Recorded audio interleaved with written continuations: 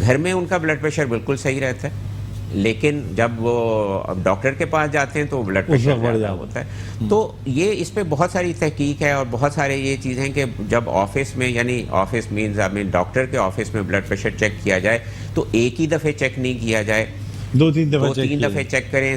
پہلے مریض کو تھوڑی دیر بیٹھنے دیں. اور ایک ہم نے تحقیق آخر میں کی، جب بلڈ پریشر آنے پہ مریض میں چیک کیا جاتا ہے اور جانے پہ چیک کریں تو جانے والا بلڈ پریشر سگنیفیکنٹلی کم ہو جاتا ہے وہ بلڈ پریشر سے جو آنے والا بلڈ پریشر ہوتا ہے. تو یہ بہت اہم چیزیں ہیں تشخیص کرنے میں. صحیح بات ہے. اور لوگ اس وجہ سے پریشان نمبر سے وہ ہو جاتے ہیں جب ان کو ساتھ کوئی علامات ہو رہی ہیں، جس میں بار بار میں یہ کہتا ہوں کہ آپ کی پریشانی، آپ کی انگزائٹی، بلڈ پریشر اس کی وجہ نہیں ہے، لیکن اس کی وجہ سے وقتی طور پہ بلڈ پریشر زیادہ ہو سکتا ہے. اور اس چیز کا ادراک ہونا چاہیے، سمجھنا چاہیے اس چیز کو. اس میں تب کہتے ہیں کہ اگر کسی کو پہلی دفعہ 140-90 بلڈ پریشر آ جائے تو دوائیں نہیں شروع، لوگوں کے ذہن میں ایک چیز بیٹھی ہوئی ہے کہ دوائیں شروع کر دیں تو بس یہ پوری عمر دوائیں لگی رہیں گی. کوشش یہ کریں کہ اس کو ڈائٹ سے، ایکسرسائز سے، لائف اسٹائل چینج کرنے سے ٹھیک کر لیں. کیا یہ بات درست ہے؟ بالکل صحیح بات ہے. جو سوسائٹیز کی ریکمنڈیشن ہے، WHO کی ریکمنڈیشن ہے کہ اگر آپ کا بلڈ پریشر، کسی کا بلڈ پریشر اوپر والا 160، نیچے والا 100 سے زیادہ ہے اور یہ 2-3 دفعے چیک کیا جاتا ہے تو اس میں امیڈیٹلی دوائی شروع کر سکتے ہیں. لیکن اگر 130 اور 160 کے بیچ میں ہے تو پہلے اہم چیز یہ ہے کہ آپ جو لائف سٹائل میئرز جس کو ہم کہتے ہیں وہ شروع کریں. دیکھیں وہ بھی علاج کا حصہ ہے. یہ نہیں سمجھیں کہ آپ نے خوراک میں احتیاط کی اور آپ نے وزن کم کرنے کی کوشش کی، آپ نے ایکسرسائز کی، وہ علاج کا حصہ نہیں ہے. وہ علاج کا حصہ ہے، وہ پہلا سٹیپ ہے. اور میں دوائی شروع کریں گے تو وہ پہلا سٹیپ پھر بھی پہلا سٹیپ ہی رہے گا. یعنی آپ کو دوائی بھی کھانی ہوگی اور یہ چیزیں بھی کرنی ہوں گی. اور آپ پہلے اپنی ورزش شروع کریں، وزن کم کریں، خوراک صحیح کریں. اور اگر 2 سے 3 مہینے میں بلڈ پریشر کم ہو جاتا ہے وزن کم ہونے کی وجہ سے یا خوراک کی وجہ سے تو پھر امید ہے دوائی کی ضرورت نہیں رہے گی. لیکن اس پہ نظر رکھنے کی ضرورت ہے. یہ نہیں سمجھیں کہ اگر ایک دفعہ بلڈ پریشر نارمل آ گیا تو اب یہ نارمل ہی رہے گا. دیکھیں یہ چیزیں جب ایک دفعہ آپ کے جسم میں چیزیں آ جاتی ہیں تو یہ جاتی نہیں ہیں. انفارچونیٹلی آپ ان کو کنٹرول میں رکھ سکتے ہیں، چاہے آپ وزن کم رکھیں چاہے دوائی کے ساتھ، لیکن ان پہ نظر رکھے رہنے کی ضرورت ہے. پھر میں دوبارہ وہ چیز کہتا ہوں کہ بہت اہم چیز ہے، یہ اس کی علامات نہیں ہے. اگر آپ کو کوئی تکلیف نہیں ہو رہی، آپ بہت اچھا محسوس کر رہے ہیں، آپ سمجھیں آپ میرا بلڈ پریشر بالکل صحیح ہوگا، مجھے ضرورت ہی نہیں ہے چیک کرانے کی، یہ بہت بڑی غلطی ہے. یہ ایک کمپلیکیشن کی، فالج کی، ہارٹ اٹیک کی وجہ ہو سکتا ہے. اگر آپ بہت اچھا محسوس کر رہے ہیں تو بھی ہفتے میں ایک دفعہ، 2 ہفتے میں ایک دفعہ بلڈ پریشر ضرور چیک کروائیں. ٹھیک ہے سر، آپ سے مزید گفتگو کریں گے اور جو لوگوں کے ذہنوں میں کوشچنز ہیں کوشش کریں گے کہ وہ تمام آپ سے پوچھے جائیں، بلڈ پریشر کی علامات، بچاؤ اور علاج کے حوالے سے.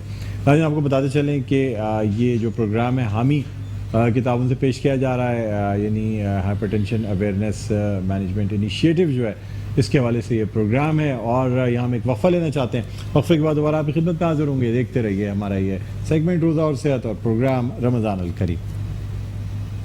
جی ناظرین ویلکم بیک. ایک دفعہ پھر آپ کو خوش آمدید کہتے ہیں. میٹرو ون نیوز کی خصوصی نشریات رمضان الکریم سیگمنٹ ہے روزہ اور صحت، جو کہ حامی کے تعاون سے پیش کیا جا رہا ہے. اور آج ہم بات کر رہے ہیں بلند فشار خون یعنی ہائی بلڈ پریشر پہ. ہمارے ساتھ موجود ہیں ماہر امراض قلب ڈاکٹر خاور عباس کاظمی صاحب، جو کہ پریونٹیو کارڈیولوجی ڈپارٹمنٹ کے ہیڈ ہیں اور اس سے پہلے مختلف پرائیویٹ ہاسپٹلس، گورنمنٹ ہاسپٹلس کا حصہ رہ چکے ہیں. بہت سینئر کنسلٹنٹ کارڈیولوجسٹ ہیں اور میرے استاد بھی ہیں. خاور صاحب سے ہم بات کر رہے تھے بریک پہ جانے سے پہلے، ان سے گفتگو ہوئی کہ آخر بلڈ پریشر کی کیا وجوہات ہوتی ہیں، یہ کیا علامات ہیں. سر مجھے یہ بتائیے گا کہ کیا اسٹریس کو، جو کہ بلڈ پریشر کا ایک میجر کاز ہے، چاہے آپ کے آفس کا اسٹریس ہو، گھر کا اسٹریس ہو، زندگی کا اسٹریس ہو، اس کو لائف سے کیسے کم کیا بلکہ یہ مجھے بتائیں اسٹریس انسان کے اندر ہوتا ہے یا اس کی ماحول میں اسٹریس ہوتا ہے جو اس کے اوپر اثر انداز ہوتا ہے؟ دیکھیے بات یہ جو ہماری ان وانٹیڈ چیزیں ہیں وہ تو بہت ساری ہوتی ہیں ہمارے ارد گرد، اور ہماری انفارچونیٹلی خواہشات اور توقعات تو بہت زیادہ ہوتی ہیں، اور جب وہ پوری نہیں ہوتی تو پھر اس کی وجہ سے جو ایک ہمارے جسم اندر ریئیکشن ہوتا ہے اس کو ہم سٹریس کہتے ہیں. تو میرا خیال یہ ہے کہ جو سٹریس ہے وہ حالات کی وجہ سے پیدا نہیں ہوتا، حالات کو جس طرح آپ ریئیکٹ کرتے ہیں اس سے پیدا ہوتا ہے. اور دیکھیے، ایک تو حضرت علی علیہ السلام کا ایک قول ہے جو میں بہت کوٹ کرتا ہوں. کہا کہ پوری میری قوم کو اور دنیا کو اگر آپ سوچیں تو ایکچولی پوری دنیا کے مشکلات کی تباہی کی یہ دو وجوہات ہیں. ان کا کہ دو چیزیں ہیں جو خراب کرتی ہیں، خواہشات اور توقعات، ایکسپیکٹیشنز اینڈ ڈیزائرز. چھوٹے سے چھوٹے گھر میں جو لڑائی ہے اور بڑی سے بڑی دنیا میں جو لڑائی ہے اس کی وجہ یہ دو چیزیں ہیں. حالانکہ ہونا یہ چاہیے کہ ہماری خواہشات اللہ تعالیٰ کے تابع ہونی چاہیے اور توقعات صرف اللہ تعالیٰ سے ہونی چاہیے.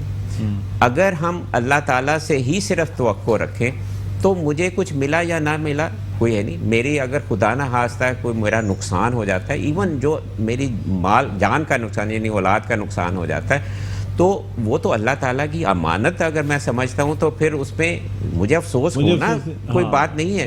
لیکن اس کے وجہ سے آپ ایک ڈپریشن کا شکار ہو جائیں، وہ نہیں ہونا چاہیے. اللہ تعالیٰ سے ہمیشہ دعا کرنی چاہیے کہ اللہ تعالیٰ آپ کو حوصلہ دے اس مشکل میں کامیاب ہونے کی. کیونکہ دنیا میں انسان کا جو وقت ہے وہ سارا امتحان ہے. بے شک بھیجا ہی انسان کو اس لیے گیا ہے کہ وہ اپنے سیلف کو، اپنے نفس کو کس طرح تکمیل تک پہنچا سکتا ہے. اور تکمیل، جو نفس کی تکمیل کی جو مثال ہے وہ جناب رسول کریم صلی اللہ علیہ وسلم دنیا میں اللہ تعالیٰ بھیجا. تو وہ ہمارے لیے مثال بنا کے بھیجا کہ وہ ایک مکمل نفس جس طرح ہونا چاہیے وہ ہے، اور تم کوشش کرتے رہو وہاں تک پہنچنے کی. اور یہ ہماری زندگی جو ہے، جو ہم اس جسم میں جب ہم قید ہیں، مقصد ہی یہ ہے کہ ہم اپنے نفس کو کس طرح ایلیویٹ کر سکتے ہیں. تو اس لیے بار بار یہ چیز کہا جاتی ہے کہ اگر آپ وہی MBBS کرتے ہیں صرف اس لیے کہ میں اپنا کلینک کیسے چلاؤں گا اور کیسنا پیسہ کماؤں گا، تو وہ دنیا ہو گئی. بالکل صحیح. اگر وہی آپ چیز اس لیے کریں کہ میں یہ پڑھنا چاہ رہا ہوں کہ میں یہ سیکھوں کہ اللہ تعالیٰ نے انسان کو اس طرح سے احسن تقویم کہتے ہیں نا، کہ اللہ تعالیٰ نے انسان کو بنایا احسن تقویم سے مکمل، تو کس طرح سے اتنا اچھا بنایا تو میں اس کو سمجھوں تو صحیح. تو یہ تو انسانیت کی خدمت کرو. ایگزیکٹلی. تو یہ اسی کو تو دیکھیے، دیکھیے انسان کی سب سے پہلی ذمہ داری وہ آپ کا اپنا نفس ہے. یعنی میری پہلی ذمہ داری یہ ہے کہ میں اپنے نفس کو کس طرح اللہ تعالیٰ کی رضا میں ڈھال دوں، پہلی بات ہے. دوسری میری ذمہ داری میری اولاد ہے، میرے خاندان ہے، مجھ سے ریلیٹڈ ڈیپینڈنٹ جتنے لوگ. تیسرا پھر میرا معاشرہ اور وہ سوسائٹی بنتی ہے.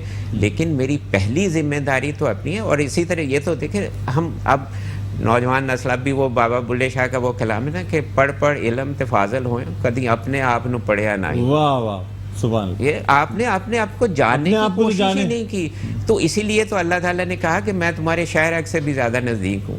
ہم ڈھونڈتے رہتے ہیں، اللہ تعالیٰ تو ہمارے پاس اندر ہی ہے.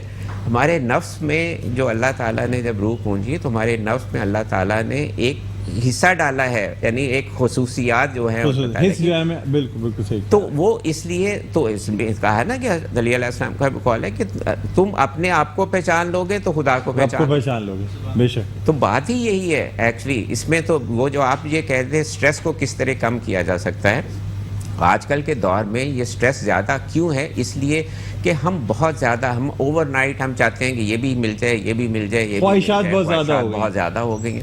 اس کی وجہ سے ہم اس سٹریس کا شکار ہوتے ہیں. اور سٹریس کی وجہ سے بہت ساری مسائل ہیں جس میں دیکھیں جب تک آپ کی روح اندر سے خوش نہیں ہوتی آپ کا جسم اس طرح سے اچھی طرح پرفارم نہیں کرتا. اس کی مثال دنیا میں مختلف ہے. دیکھیں ہماری کرکٹ کی ٹیم کی مثال لے لیں، وہی ٹیم وہی سکلز بہت اچھا پرفارم کرتی ہے، کچھ مسائل شروع ہوتے ہیں آپس میں اور ان کی پرفارمنس بالکل نیچے چلی جاتی ہے. ہم نیند کی کمی کا شکار ہے، ہم اپنے بہترین نرم بستروں پہ رات کو ساری رات کروٹیں لیتے ہیں اور دوائیوں کا سہارا لیتے ہیں اور ایک وہی مزدور سڑک پہ سارا دن سڑک توڑتا ہے اور اسی سڑک کے کنارے جو ہے اسی شور میں اسی ہنگامے ایسے سوتا ہے کہ اسے معلوم بھی نہیں ہے کہ کیا ہے. اس لیے کہ اطمینان جب آپ اندر سے آپ کا روح آپ کے اطمینان ہوگا تو آپ کا جسم اس کے اتحاد سے خوش ہوگا اور بہتر پرفارم کرے گا. نہ پھر آپ کو یہ بلڈ پریشر کے مسائل پیدا ہوں گے, نہ آپ کو دل کے امراض پیدا ہوں گے جو جسمانی امراض ہیں.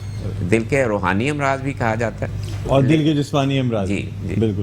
اچھا سر, بلڈ پریشر کی کمپلیکیشنز ہو سکتی ہیں, جیسے پلمونری ایڈیما یا پھیپڑوں میں پانی بھر جانا, ہارٹ اٹیک کا ہو جانا, فالج کا ہو جانا, کیا کمپلیکیشنز ہیں بلڈ پریشر؟ اس کی بہت ساری کمپلیکیشنز ہیں, اور چیدہ کمپلیکیشن کچھ آپ نے ذکر بھی کیا, لیکن میں پہلے ایک پوائنٹ کہہ دوں جو میں نے شروع میں ذکر کیا تھا اس کے حوالے سے.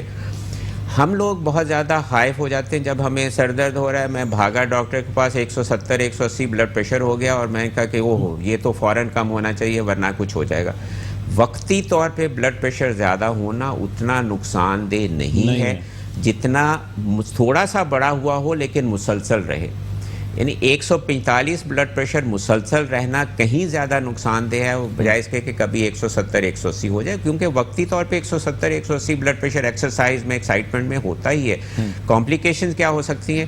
فالج کا مسئلہ سب سے بڑا ہے, ہارٹ اٹیک کا مسئلہ اس سے ہے, آنکھوں کا متاثر ہونا, بینائی کا جانا, گردے خراب ہو جانا, جو سب سے بڑا مسئلہ ہے. پھر آپ ڈائلسس کے سہارے, مشینوں کے سہارے زندہ رہتے ہیں, جو کوالٹی آف لائف وہ نہیں رہتی. آپ زندہ تو ہیں لیکن آپ کی وہ کوالٹی نہیں ہے جب آپ صحت کے ساتھ جو کوالٹی ہوگی اس میں پھر ظاہر سی بات ہے, الگ ہی بات ہے.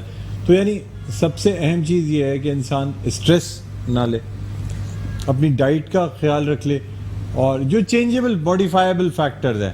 دیکھیے, اگر ہم وہ بات ہے کہ آپ اللہ تعالیٰ پہ بھروسہ رکھیں, آپ خوراک اتنی استعمال کریں جتنی آپ کے جسم کو ضرورت ہے. اب یہ ایک اور کہا گیا تو یہ میں چیز دیکھیں, اللہ تعالیٰ نے انسان اور جانور میں یہ فرق رکھا ہے. جانور میں ان کی جو فطرت ہے, جبلی فطرت ہے, وہ بہت سٹرونگ ہے. اس لیے آپ جانوروں میں دیکھیں گے کہ وہ کھانا ہوتا ہے سامنا, جب پورا کھا لیتے ہیں چھوڑ دیتے ہیں, وہاں بیٹھے ہی نہیں رہتے. ہماری طرح نہیں ہے کہ اب ہم افطار پہ بیٹھیں گے تو ہمارے 50 چیزیں ہوں گی اور ہمارا جتنی دیر تک کھانا سرو ہوتا رہے گا تو انسان میں اللہ تعالیٰ نے وہ والی جو حص ہے کم کر دی اور اختیار دے دیا کیا کہ خود فیصلہ کرو. اس لیے سائنٹیفکلی یہ چیز پروون ہے کہ ہمارے معدے کے جسم فل ہونے میں, یعنی معدہ بھرنے میں, اور جو سیٹائٹی سینٹر برین میں جو سگنل جاتا ہے اس میں 20 منٹ کا فرق ہے.